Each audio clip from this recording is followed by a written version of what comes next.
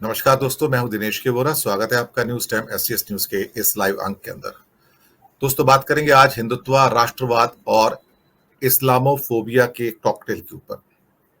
एक ऐसा फार्मूला जो दुनिया में बहुत जगह कामयाब है।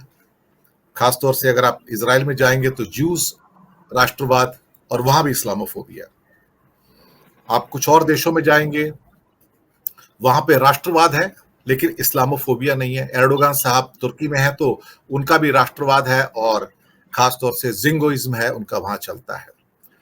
कुछ और देश भी हैं जिसमें अभी इटली की मेलोनी को भी कहा जा रहा है कि वो भी बहुत बड़ी राइट विंग राष्ट्रवादी है। यानी कि एक तरह से कहा जाए तो वो धर्म से प्रेरित ना होके एक दूसरे रूप से जो जिंगोइज्म होता है उस रूप में आई है वहां पर। तो दुनिया में दो मुख्य धाराएं हैं, लेफ्ट विंग और राइट विंग। मॉडरेट तो बचे नहीं है, या तो आप लेफ्ट एक्सट्रीम हो या आप राइट एक्सट्रीम हो। फिलहाल तो पूरी दुनिया में ऐसा लगता है कि एक लैटिन अमेरिका के कुछ देशों को छोड़कर सब जगह राइट एक्सट्रीम जो है, जिसे दक्षिणपंथी उग्रवाद कह सकते हैं, दक्षिणपंथी चरमपंथ कह सकते हैं, वो सर उठाता हुआ नजर आ रहा है। और भारत में हिंदुत्व की चाशनी है, राष्ट्रवाद की चाशनी है, और सबसे बड़ी बात उसके अंदर आपको डर दिखाया जाता है इस्लाम का। मैं प्रोग्राम की शुरुआत एक मेल से करूंगा जो मुझे आज प्राप्त हुई है। प्राप्त 2-3 दिन पहले हुई थी, मैंने आज उसका रिप्लाई किया है। मैं नाम नहीं लेना चाहूंगा उस महिला का। वो शिमला से लेटर आया है, हिमाचल प्रदेश से। और मुझे दुख होता है वो मेल को पढ़कर कि वो कहती हैं कि मेरे 2 बच्चे हैं, यंग हैं, 13-14 साल के। वो स्कूल जाते हैं शिमला शहर में, जो कि एक किस्म से अपनी कॉस्मोपॉलिटन नेचर के लिए जाना चाहता है, और वहाँ कॉन्वेंट स्कूल भी काफी हैं। और वहां पर अब हिंदू मुस्लिम की बात होती है लगातार। हालात ऐसे हो गए हैं कि उन्होंने लिखा है कि मेरा बच्चा अगर ग्रीन स्वेटर पहन के चला जाए या ग्रीन ड्रेस पहन के चला जाए, ग्रीन टी शर्ट पहन के चला जाए या ग्रीन शर्ट पहन के चला जाए, तो लोग उसको कहते हैं कि क्या तुम मुसलमान हो जो हरा रंग पहन कर आए हो। तो जहर किस लेवल तक नसों में उतर गया है। और उसके साथ के बच्चे टॉन्ट करते हैं जो 12, 13, 14, 15 साल के हैं कि तुम मुसलमान हो या तुम क्या कहते हैं कि कम्युनल हो, सांप्रदायिक हो, तो मुसलमानों के साथ में कैसे हो। जब जहर इतना गहरा नसों में उतर जाए कि 12, 13, 14 साल के बच्चे आपस में स्कूल के अंदर एक दूसरे को टॉन्ट करना शुरू कर दें, और जिस बच्चे को टॉन्ट किया जा रहा है वो भी शायद हिंदू ही है, लेकिन चूंकि उसने कुछ ग्रीन ड्रेस पहन ली तो उसके ऊपर भी ये कहा जा रहा है कि ये ग्रीन ड्रेस क्यों है, तुम किसको सपोर्ट कर रहे हो। यही दरअसल मुझे भी चिंता में डालता है कि अल्टीमेटली ये भगवाकरण, ये हिंदुत्व, ये राष्ट्रवाद और ये इस्लामोफोबिया, यहां से सत्ता तो मिल सकती है, मैं मान लिया सत्ता तो मिल गई है। और इसके साथ जो प्रवासी भारतीय हैं, जो हिंदू हैं, बाहर रहते हैं अधिकतर, ऑस्ट्रेलिया हो, न्यूजीलैंड हो, अमेरिका हो, कनाडा हो, वो भी कट्टरवादी, वो यहां से ज्यादा कट्टरवादी। और इतना कट्टरवाद और इतना जहर जो वहां से आता है कि उन्हें एक टफ लीडरशिप चाहिए। उन्हें इंडिया में लोकतंत्र भी नहीं चाहिए। आप सोचिए, कहते हैं कि लोकतंत्र नहीं चाहिए, यहां पर एक टफ लीडरशिप होनी चाहिए, देश को जो आगे ले जाए, जो मोदी होना चाहिए। लेकिन जहां वो अमेरिका में रहते हैं, ऑस्ट्रेलिया में रहते हैं, तो वहां कहते हैं नहीं, यहां पर हमें लिबरल डेमोक्रेसी चाहिए, यहां पर हमें लोकतांत्रिक प्रणाली चाहिए। कमाल की बात है। ऐसा दोगलापन प्रवासी भारतीयों में मैंने बहुत कम, पहले नहीं था, अब देखना शुरू हो गया कि वहां लिबरल डेमोक्रेसी चाहिए जहां रहते हैं, तो ये ना वहां के सगे हैं ना इस देश के सगे हैं। इस पर बातचीत करने के लिए आज हमारे साथ हैं हिमाचल की पुण्य भूमि से दिनेश कंवर जी और उत्तराखंड की पुण्य भूमि से सुजाता पॉल जी। बहुत बहुत आपका स्वागत है। दिनेश जी, पहले आपके पास ही आता हूं। मैंने शिमला के एक मेल का जिक्र किया जो मुझे अभी 2-3 दिन पहले प्राप्त हुई, मैंने उनको आज रिप्लाई भी किया। सर, ये जहर कहां तक चला गया, सोचिए आप। कहां से शुरू हुआ था, हम कहां तक पहुंचे हैं। नफरत, घृणा। आज अगर 12, 13, 14 साल के बच्चे सिर्फ आपका स्वेटर या आपकी एक ड्रेस ग्रीन कलर की आपने पहन ली और उसके ऊपर इतने टॉन्ट हो जाए, तो आप सोचिएगा कि मुझे लगता है कि शायद यहां तो कोई नीलकंठ बचाने नहीं आएगा। दिक्कत है सर, इस समाज को दिक्कत है। हमारे समाज का जो तालिबानीकरण है ना, पूरा होता हुआ लग रहा है सर, पूरा होता लग रहा है। हम एक सर हिंदू पहले तालिबान तो का अभियान है सर। दिनेश कंवर जी। पहले तो सबको नमस्कार और दर्शकों को भी। सबसे महत्वपूर्ण बात जो शिमला से जुड़ी हुई आपने कही, मैं आपको बता देना चाहता हूं और तमाम लोगों को कि हिमाचल प्रदेश में जो गवर्नमेंट स्कूल की ड्रेस है उसमें ड्रेस कोड ही ग्रीन स्वेटर है। तो वो ग्रीन स्वेटर का जो ड्रेस कोड है, ग्रीन पैंट है, ग्रीन बॉयज के लिए, और वो ड्रेस कोड जो है गर्ल्स के लिए भी वैसा ही है। तो वो अभी का नहीं है, वो भारतीय जनता पार्टी के टाइम से, जब से सरकार चल रही है उससे पहले से वो ड्रेस कोड बदस्तूर चल रहा है।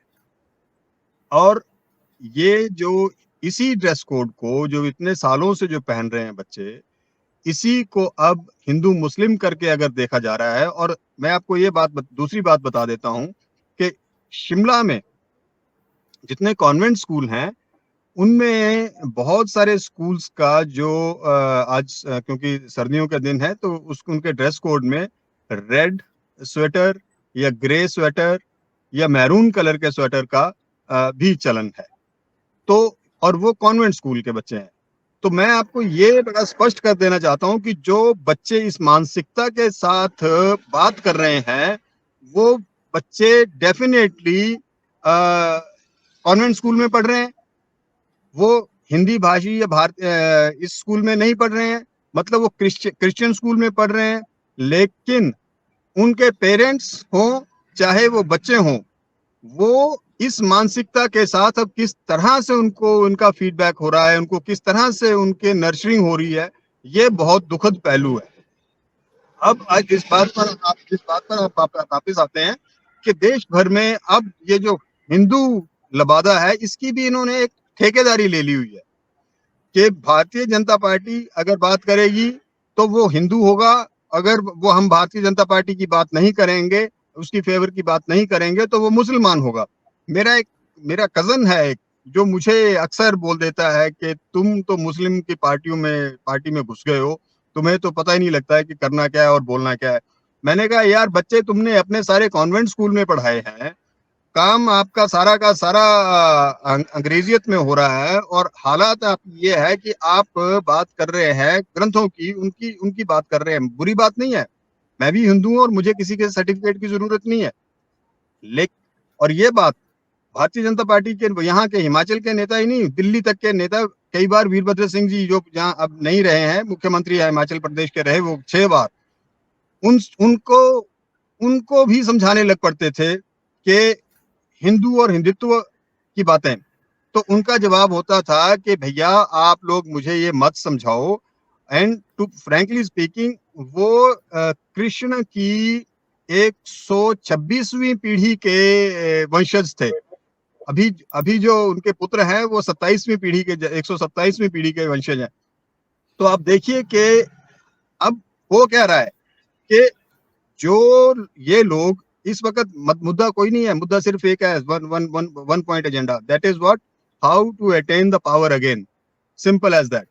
तो how to attain power again के लिए उनके लिए पहले उन्होंने राम मंदिर किया, अब भी वो राम मंदिर करेंगे, क्योंकि इसके सिवाय उनके पास कोई इश्यूज नहीं है। उनके पास डेवलपमेंट के इशू नहीं है, उनके पास ग्रोथ के इशू नहीं है, उनके पास कोई रोजगार की बात नहीं है, उनके पास कोई महंगाई को कंट्रोल करने की बात नहीं है। एक फेक जो पिक्चर वो पेश कर रहे हैं जिससे ये लोगों को और हर किसी को बरगलाने में कामयाब भी हो रहे हैं। मैं ये नहीं कहूंगा कि ये झूठ बोल रहे हैं और इनको सुन कोई नहीं रहा है, मैं ये कह रहा हूं कि ये झूठ पे झूठ बोल रहे हैं और हर कोई इनको सुन रहा है और मान भी रहा है। ये इस देश का जो कल्चर जिसको बोलते हैं ना डीएनए, मुझे तो अब ये लगता है वो डीएनए ही शायद इस तरह से खराब होता जा रहा है कि कुछ भी कोई भी बोलेगा हम मान लेंगे। कुल मिलाकर मुद्दा इस वक्त यह है, अभी इन्होंने अभी विकसित भारत यात्रा एक चल रही है और उस विकसित भारत यात्रा में ये कम बताया जा रहा है कि क्या किया गया है, ये ज्यादा बताया जा रहा है कि राम मंदिर बनके तैयार हो रहा है और उसके लिए आप तैयारियां करो। ये विकसित भारत यात्रा का जो एजेंडा है, बिहाइंड द कर्टन जो चीज है जहां पर सरकारी धन का शरेआम इस्तेमाल हो रहा है, वहां पर सरकारी योजनाओं और प्रोग्राम्स की बात नहीं हो रही है, वहां पर बात हो रही है राम मंदिर बन रहा है, इसके लिए और आप क्या कर सकते हैं, और आपके आसपास के जितने मंदिर हैं उनके ऊपर आप राम को स्थापित करके या राम की पूजा के लिए आप तैयारियां शुरू कर दीजिएगा, आपको अयोध्या आने की भी जरूरत नहीं है। तो ये सब चीजें जो हैं ये, और इसी को राष्ट्रवाद, अब इनका जो राष्ट्रवाद है वो इसी से कनेक्ट हो गया है। वो नहीं है कि आप कितने पैट्रियोटिक है। आपने और फौजी हिमाचल जो है that is land of gods and Gallant people. तो जो गैलेंट्री वाली बात है वो खत्म होगी, क्योंकि फौजी बहुत थे जो हर परिवार से, हमारे यहाँ तो ऐसी हालत थी लगभग हर परिवार से एक आधा आदमी कोई ना कोई फौज में आपको मिलेगा। तो फौज में जो काम करके लौट कर आता है उसमें ऑटोमेटिकली एक फीलिंग वो पिछले अपनी जो ट्रेनिंग के दौरान, उसके अपनी सर्विस के दौरान वो देशभक्ति उसमें कूट कूट कर भरी रहती थी। लेकिन अब जो मसला है अगला, बड़ी इंटरेस्टिंग बात सुनाने जा रहा हूं। अग्निवीर, अग्निवीर जैसी व्यवस्था करके ये कौन से राष्ट्रवाद को बढ़ोतरी दे रहे हैं, मुझे समझ में नहीं आता। एक कर्नल साहब फौज में है अभी, वो बोल रहे थे कि ये लोग जो है 4 साल के बाद सब के सब बाहर आ जाएंगे, अंदर कोई नहीं रहेगा। उसके बाद ये अपनी ऑप्शन वॉलंटियर करेंगे, जिनको आगे रहना है उनमें से 25% को हम आगे ले लेंगे, लेकिन that too on a merit basis. मैं आपको बड़ी इंटरेस्टिंग बात सुनाता हूँ, इससे बड़ी बात क्या है, इसका सोशल इंपैक्ट देखिए। नेशनल इंपैक्ट तो ये है कि they are compromising with the national security. ये जो लोग 4 साल के लिए जाएंगे, ये अपनी जान हथेली पर लेकर नहीं जाएंगे, ये अपना काम करेंगे 4 साल और वापस आ जाएंगे। इसका जो सोशल इंपैक्ट है मैं बताऊंगा आपको। हाल ही में हमने एक इवेंट ऑर्गेनाइज किया, उस इवेंट में गर्ल्स का इवेंट था। गर्ल्स से पूछा गया कि what do you think about Agniveer, फौजियों से शादी करने के बारे में।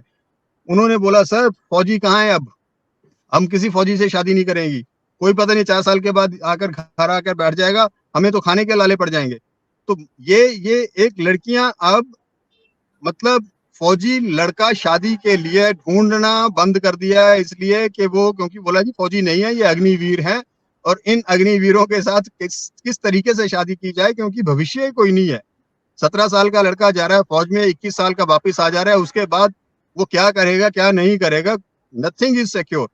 और ये दोनों, जिसका मैंने आपको नेशनल इंटरेस्ट भी बता दिया सर, और इसका मैंने आपको दूसरा पहलू भी बता दिया कि सोशल इंपैक्ट क्या हो रहा है। तो कुल मिलाकर ये जो फेक देशभक्ति की जो बातें हो रही हैं, जिसका ये गुणगान, जिसका बयान और बखान कर रहे हैं, ये सिर्फ और सिर्फ सत्ता लोलुपता के सिवाय कुछ नहीं। जी।